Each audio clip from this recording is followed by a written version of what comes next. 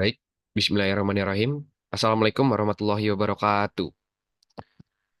Izin memulai presentasi. Perkenalkan, nama saya Norman Fatahillah dengan NIM akhir 359. Di sini, saya akan menjelaskan tentang hasil kerja saya, mata kuliah perancangan basis data, penilaian akhir semester.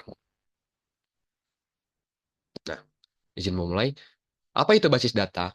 Basis data adalah kumpulan data yang terorganisir dan dapat diakses dengan mudah. Tujuannya apa sih?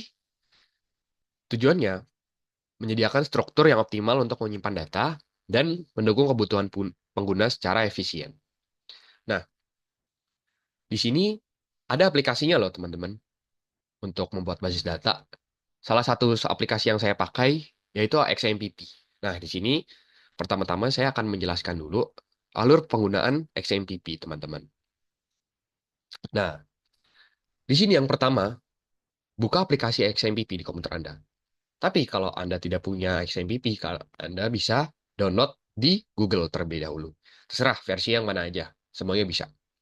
Nah, setelah udah download, buka aplikasinya, lalu aktifkan modul Apache dan MySQL. Contohnya, saya contohkan seperti ini. Nah, kalian bisa ngeklik tombol Start, teman-teman. Nanti akan muncul seperti ini. Nah, setelah itu, eh, kalian bisa nge-run localhost slash my phpMyAdmin di web. Seperti ini. Eh,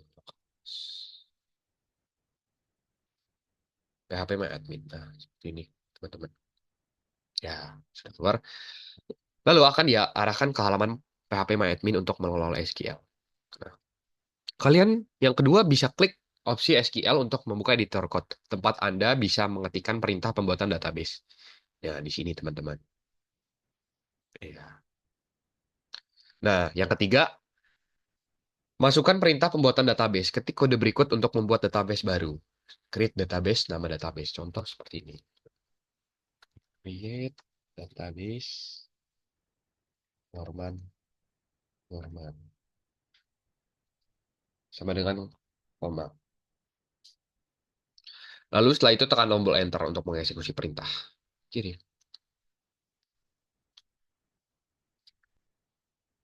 Ya, seperti ini.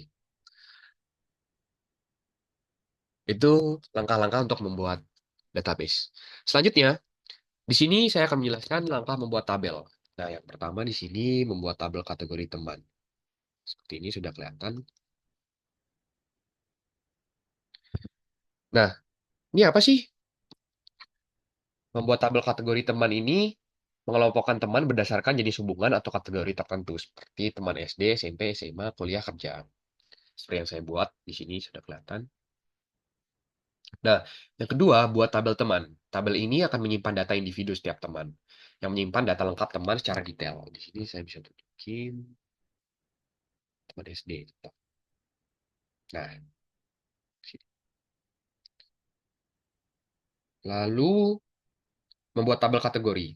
Nanti akan digunakan untuk menyimpan jenis kategori dari teman, sehingga data menjadi lebih mudah dikelola dan terstruktur. Ya, selanjutnya, mengisi tabel.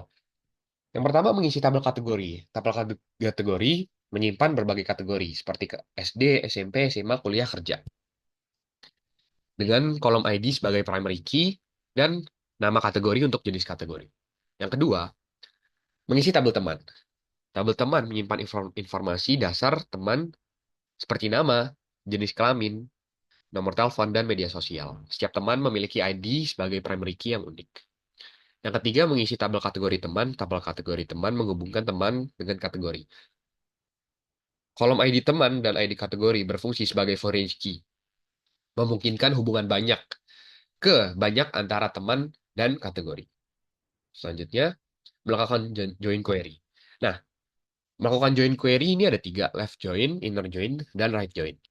Nah, yang pertama left join, fungsinya mengembalikan semua data dari tabel sebelah kiri dan mencoba mencocokkannya dengan data di tabel sebelah kanan. Jika tidak ada kecocokan di tabel kanan, kolom yang terkait akan berisi null. Dengan menggunakan left join, kita memastikan semua teman muncul meskipun mereka tidak memiliki kategori yang terkait. Nah, inner join.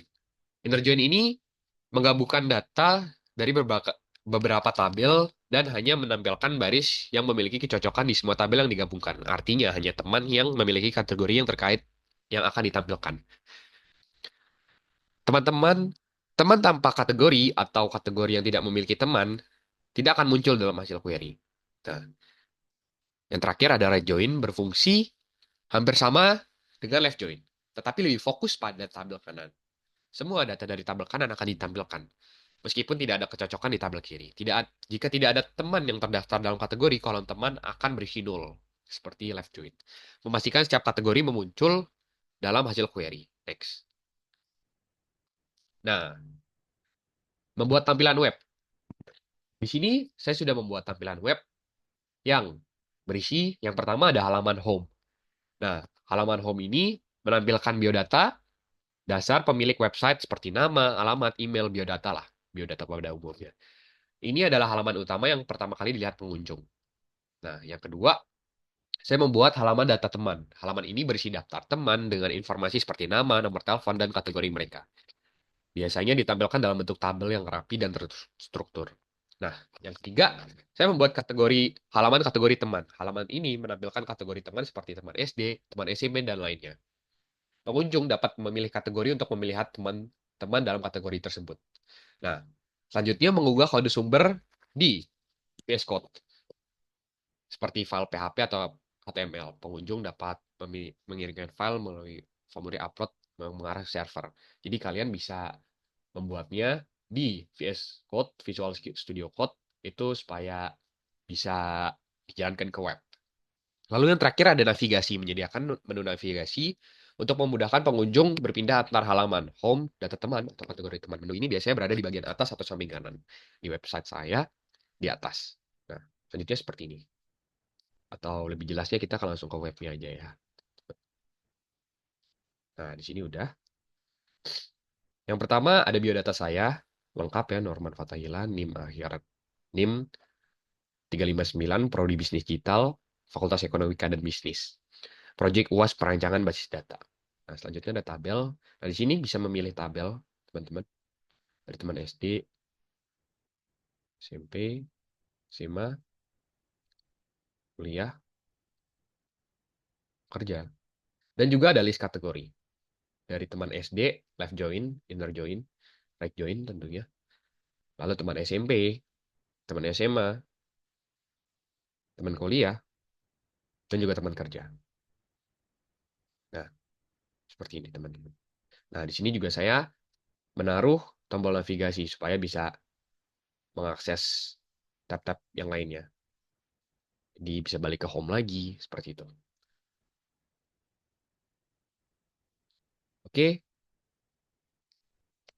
baik. Terima kasih kesempatannya. Kurang lebihnya mohon maaf. Jika ada salah kata mohon maaf. Terima kasih.